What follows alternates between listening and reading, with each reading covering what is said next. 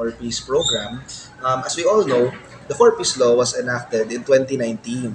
Kaso lang, para manatili ka sa programang ito, meron kang maximum time ng 7 years. Ayon sa mga pinaka-recent na datos na tinanong ko mula sa DSWD, next year magkakaroon tayo ng around 440,000 households na matatanggal sa programa. Every year kasi, mga kababayan, 4.4 million Filipino families ang nakikinabang sa 4-piece. Ang listahan ng mga pamilya na sasali dyan, kinukuha yan sa listahan ng National Household Targeting System. And next year, actually dapat nga, this year, magta-transition na tayo sa CBMS. Ngayon, tulad na nabanggit ko kanina, 7 years maximum para manatili sa 4-piece program. 2025, ayon sa mga datos, 440,000 na pamilya ang matatanggal. Yan po ay dahil sa natural attrition. Ang ibig sabihin ng natural attrition, wala nang dependent na anak ang benepisyaryong pamilya na 18 years old pababa. Kasi alam naman natin, ang 4-piece program hanggang senior high school lang, 0 to 18 years old lang ang nakikinabang dyan. And ayon sa mga datos, yun, unang-una, wala nang 0 to 18 years old na anak. At pangalawa, marireach nila yung 7 years maturity nila sa program. So for next year, ayon sa DSWD, 440,000 families mawawala. Sa 2026, 3.3 million families naman ang mawawala. So makikita po natin na nakakabahala na marami ang matatanggal sa programa at yung susunod na tanong, saan po natin kukunin ang listahan ng mga bagong deserving ng mga pamilya. Matagal na po naging issue na naririnig ko mula sa ating mga kababayan na kapag pipili ng sa 4-piece, may mga alegasyon na minsan palakasan. Hindi po yan totoo. Kasi nakasulat po sa ating batas na dapat meron tayong National Household Targeting System na gagamit po tayo ng mga scientific na method kung saan ang sentral na pamahalaan ang pipili kung sino ang dapat masali. Earlier this year, inutusan po ni Pangulong Bongbong Marcos ang PSA at ang NEDA na isagawa na nila ang tinatawag nating community-based monitoring system. Nung tinanong ko po sa PSA kung ano na po ang naging progress tungkol dito, nangako po sila na dapat at the end of this year, 2024, dapat 100% complete na. Kaso nga lang po, nagkaroon tayo ng delays. They committed that by the first quarter of next year, dyan nalalabas ang listahan. Napakahalaga po na makomplete ng Philippine Statistics Authority ang listahan na ito dahil kung matanggal ang 440,000 na pamilya na nakikinabang sa 4-piece, wala na tayong mapagkunan na bagong listahan ng mga benepisyaryo kung hindi nila magawa yan. Lalong-lalo na po pagdating ng taong 2026, 3.3 million naman ang mawawala. Napakahalaga na magawa ng PSA ang kanilang trabaho at dapat walang local government unit na maiiwanan.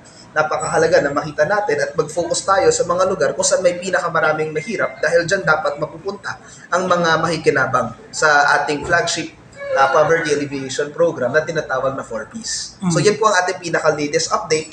Next year, 440,000 ang mawawala. Kailangan natin gumawa ng listahan ng mga deserving na beneficiaries. Kaya ngayon po sa Kongreso, nagkakaroon kami ng inquiry kung saan humihingi kami ng update at didiin po namin sa PSA at sa DSWD na magsiayos na sila ng kanilang data para at least yung mga deserving talaga sa programa, mabigyan agad natin ng tulong. So, having said that, sir, so ano po ang ginagawa natin ngayon para sa pangmatagalang programa po ng 4-piece? Para po sa pangmatagalan na programa ng 4-piece, unang-una, kung tatandaan po natin, nung nakaraang taon, binanggit rin ni Pangulong Bongbong Marcos na panahon na sumang-ayon sa pangkasalukuyang panahon ang halaga na natatanggap ng bawat 4-piece beneficiary. Kasi nga po, ayon sa 4-piece law, natatanggap po ng elementary school student ay 300 pesos, ang junior high 500, ang senior high 700. Tandaan po natin, 7 years ago ang figures na ito. At kung ikukumpara natin ang presyo ng mga bilihin nung nakaraang 7 taon sa ngayon, ang laki na po ng pagbabago. Wala nang mabibili ang 300, ang 500 at ang 700 pesos. Kaya nga po sa Kongreso, meron tayong pending unnumbered substitute bill kung saan pinapaakyat po natin ang amount, ang halaga na natatanggap ng bawat 4-piece beneficiary. 500 po sana para sa elementary, 700 naman para sa 500 para sa elementary, 700 para sa junior high at 900 para sa senior high. So dadagdag ng 200 each for each corresponding grade level And at the same time, magkakaroon dapat tayo sana ng health subsidy na haabot ng hanggang 1,800 pesos. And of course, we are awaiting for updates between the National Economic Development Authority kung magkano po sa tingin nila ang kakayanin ng ating treasury dahil nga po hindi naman ganoon kadali magpataas ng cash grant kung hindi naman kakayanin ng ating pamahalaan ang halaga na yan. So right now, meron tayong unnumbered substitute bill. Inaabangan lamang natin sa executive department kung kakayanin ba nila ang mga proposed figures na ito para hindi naman ma-veto at hindi masayang ang ating legislative efforts. And of course, gusto rin po natin magkaroon ng additional cash grant para sa mga pregnant and lactating mothers dahil napaka-importante po ang nutrisyon ng bata. Napakahalaga po ito dahil kung mabibigyan natin ng tamang nutrisyon ng bata, nag-i-invest rin tayo sa kanyang organs, sa kanyang brain, and of course sa kanyang kinabukasan. Para hindi masayang ang programa ng 4Ps, napakahalaga na kung may isisilang tayong bagong Pilipino sa mundong ito, dapat at least yung nutrition-wise niya, nutritionally, well-sustained siya. Other than that, sir, what are your priorities now in Congress? Okay. First of all, I would like to go back to the very first House bill that I filed. Nung kakasimula ko pa lang sa Kongreso, yung unang House bill na ipinasa ko ay ang Election Day Holiday Act. Ano bang ibig sabihin nito? Halos 2-3 taon na ang nakakalipas mula nung ipinasa ko ang bill na to. Nakalagay po dyan, sa batas na yan, nagagawin dapat nating regular non-working holiday ang election. Ano ba yung nangyayari sa kasalukuyan? Sa kasalukuyan kasi, ang elections natin, special non-working holiday lamang. Ngayon, ano ang pinagkaiba ng special non-working holiday sa regular holiday? Sa special non-working holiday, no work, no pay. At mula nung nagkaroon ng eleksyon ang Pilipinas, nakasanayan na po natin na 1 week or just a few days before the election day, doon lamang magre-release ng proklamasyon ang Malacanang na sinasabi niya na holiday. Kaso lang, kung i-exercise mo ang iyong karapatang bumoto, hindi ka tatanggap ng sahod. Ngayon po, nagpasa ako ng House Bill na kung saan regular holiday ang election.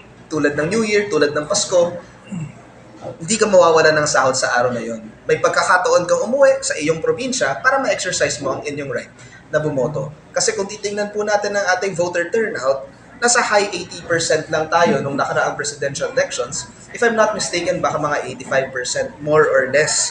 And napakalaking bagay po kung ma-maximize natin ang voter turnout natin dahil ang mga Pilipinong hindi nakakaboto, very decisive po ang mga boto na yan. At magandang mabigyan natin sila ng pagkakataong umuwi sa kanilang probinsya para makaboto at hindi sila magdadalawang isip pag gagawin po nila ito dahil alam nila sasahod sila sa araw na yan. At kung sakali magtatrabaho sila sa araw ng regular holiday, at least double times 2 ang iyong matatanggap na sahod. At napakahalagang karapatan yan. Karapatan mong bumoto at ang karapatan mong maghanap buhay. Pangalawa, patungkol naman po sa 4Ps.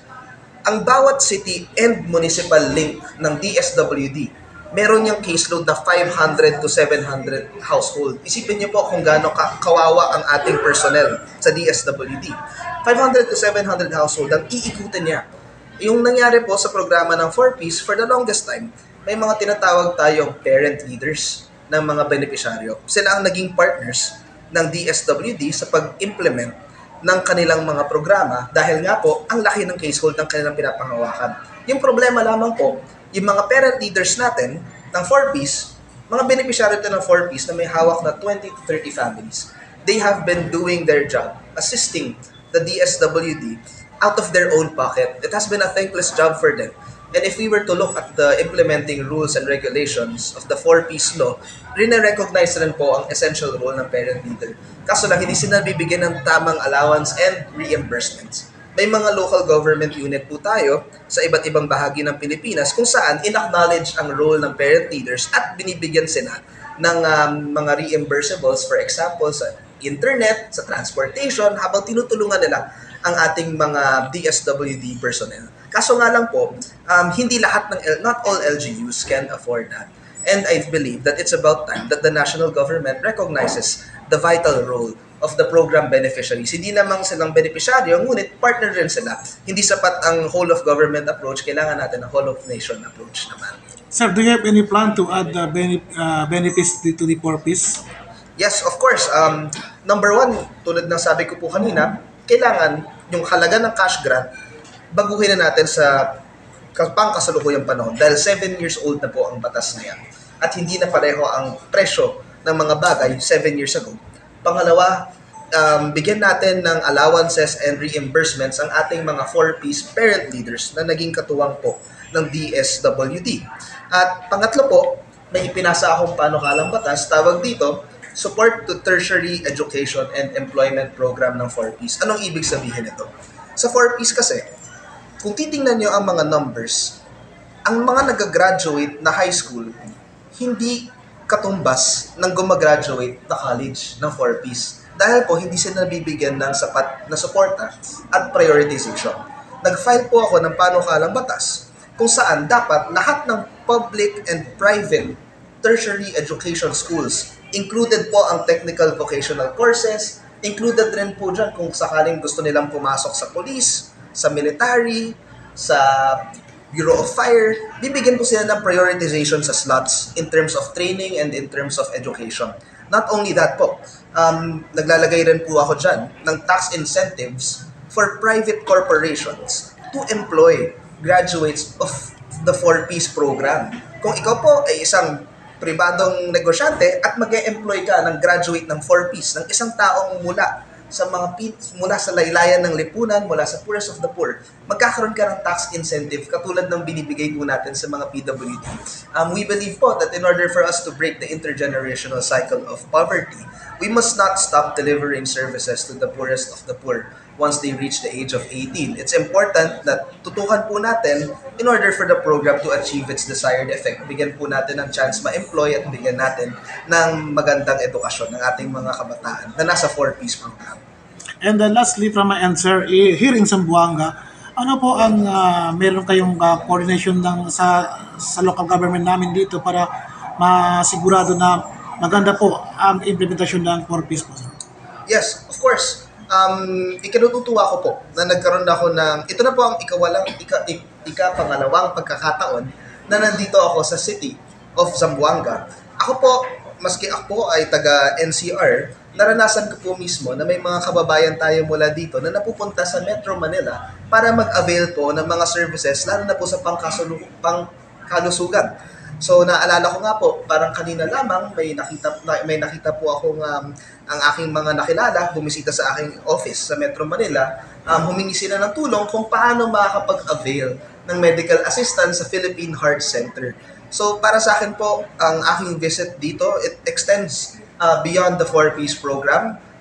Kung ano po ang tulong na maibibigay ng pamahalaang nasyonal, bibigyan po natin yan.